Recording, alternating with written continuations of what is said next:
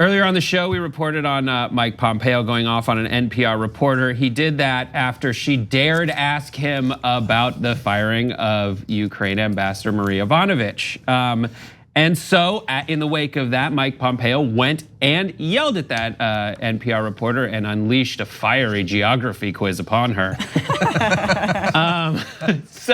The question everyone asks is, what does Meghan McCain think about this? And you could really compare Pompeo to a lot of people who have been the brunt of tough questions from the media. Scary ladies at NPR. Just from the scary ladies of the NPR, but she chose one that you wouldn't expect, Adam Driver. Take a listen. There's a weird pattern right now of people walking out of NPR interviews, because remember we talked on the show, Adam Driver did it because something he asked not to be played on NPR was played. So this is now the second notable person that's walking out of NPR. So I don't know what's going on over at NPR. Just every fact about this is so fascinating. Because it's not even fascinating. She could have picked anyone who was like facing tough questions or maybe national security you would invoke. But no, she just thinks because two people walked out of interviews, those two people are the exact same and it's the fault of NPR. Adam Driver walked out because he was like, please don't play a clip of my acting. I have a phobia about it. I don't like listening to myself. And they did, and he left because of that. Mike Pompeo was asked about like the thing that might unseat the president. The same. But he should have just said like, listen, I have a phobia talking about like foreign policy and the whole impeachment. If you could really not talk about like anything to do with Ukraine or anything, that'd be great. Yeah. He should have just done that. And then we would have all moved on and been like, oh my God, he's so powerful. Wow, what a great actor. Those eyes and those strong arms. Are we still talking about Pompeo? I'm not sure, actually. It's a State Department story now in theaters. So I sometimes feel a little bit weird being too hypercritical of Meghan McCain. She's one person in the media, but it's like the most important political show outside of Fox and Friends. It's huge, a juggernaut. And she is incredibly well paid, at least $1 million a year, if not more, which means that she earned $8,000 while making that one comment. She earned a significant portion of a middle class income yearly to say, I've noticed a sort of a pattern, and I'm gonna, this is sort of behind the scenes, I guess. This thing that we do, there are far harder jobs than this. Honestly, all that you're expected to do on some networks, you have to be able to read a teleprompter. We thankfully don't have to do that because it's actually pretty hard. But you have to bring one interesting thing to each story. Yes. And her contribution as someone who makes more than 99% of everyone else in America is, I've noticed a pattern. One person physically walked out of a room and another did. And I'm now going to make our show about that. Adam Driver. Yeah. I don't know, it's crazy. Like they get a bunch of, I would pay money to see what's on the blue cards. Yep. Because those are the facts that they have. Maybe they asked for them, maybe they wanted them printed out, but I don't know for sure. But that wasn't the only thing that she mentioned on the show. She continued on to kind of hone in on who she blames for the mistrust between like the White House and the media. ScarJo?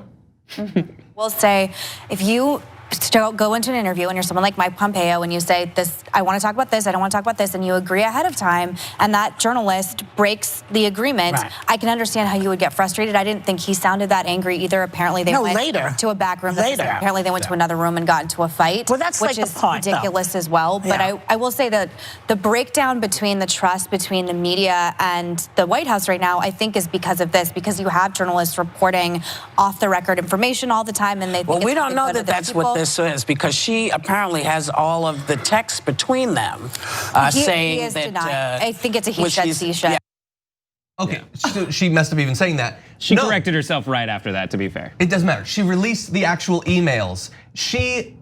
It's gotta be on one of those cards that they did not agree just to talk about Iran. First of all, it would be a super low bar to expect that the Secretary of State, in a time of massive crises in American foreign policy, gets to dictate exactly what is asked of him. But that's not even what happened. And she was actively misinforming millions of people right there, and going so far above and beyond to defend Pompeo to say that they got into a fight. No, he yelled at her for 9 minutes straight. She wasn't yelling back and forth. No one at NPR has literally ever yelled in their entire life. No. It wasn't a fight, it was a berating from a powerful person against a reporter. And then she said, and that's why there's no trust between the White House and journalists, because they're unfair based off of this misconception that I have now spread. I'm gonna justify this perhaps unprecedented multi-year campaign against the free press that we've seen from our White House. How many ways could she fail in a 15-second clip? Does she realize that she's just parroting the White House talking points? Like, especially given when you compare that to everything else she said about Trump as it pertains to how Trump treated her father.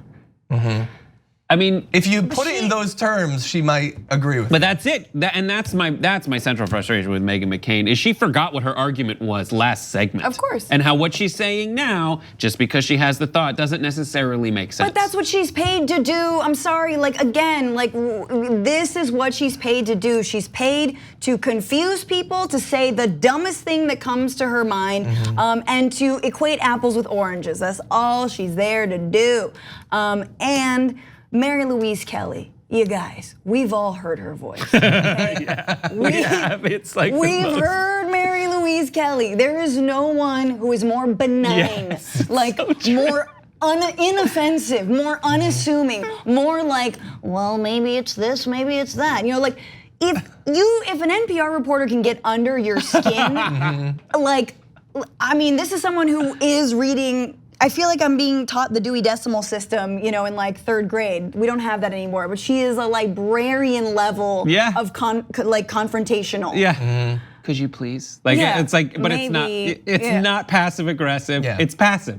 It's completely passive. And I will say this about NPR. Here is my central critique of NPR. I actually do think that they give equal weight in a time when we are not equally weighted, a time when right and left no longer exist, and that the right is running the board here. And NPR holds firm to the idea that somehow they're gonna be fair and balanced in this world that is completely unfair and unbalanced, and Republicans are operating on complete bad faith terms time and again. You turn on NPR right now, you hear the impeachment. Oh, well, 3 days of just nonstop evidence and laid out by Democrats. Do you think they made their case?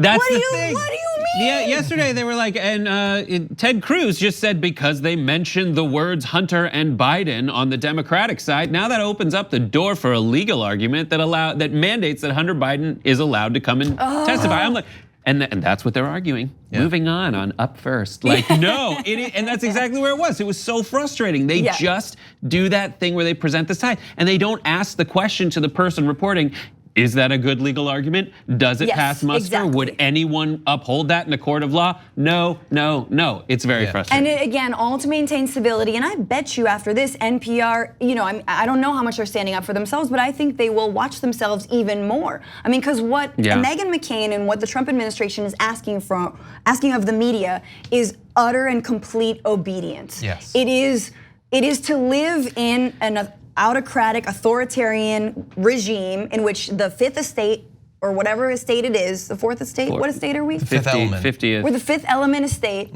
Sixth Sense, Seventh Estate. Our Sixth Sense doesn't even matter. The point is where there's no respect for the freedom of the press, right? Yes. And we don't live there, okay? Sorry. And if you can't deal with an interview from Mary Louise effing Kelly, log off. Come on. And then another thing, this is just the cherry on top. This is the last clip that we have for you before we go to break. But Meghan McCain said something later in the show about Bolton's book, as everyone else is talking about the content of Bolton's book. Oh, no. Here's what Meghan McCain had to say about it. I think the title of his book is stupid. And I think Lin-Manuel Miranda should get royalties. It's in the room where it happened. It's the room where Hamilton line, a reference to him. which again I think Lin-Manuel Miranda should get money for him copying his title. Look, it seems very interesting that he's monetizing this so quickly that the moment it leaks, the webpage where you can buy his book goes up immediately, or on Amazon, his publishers put it up.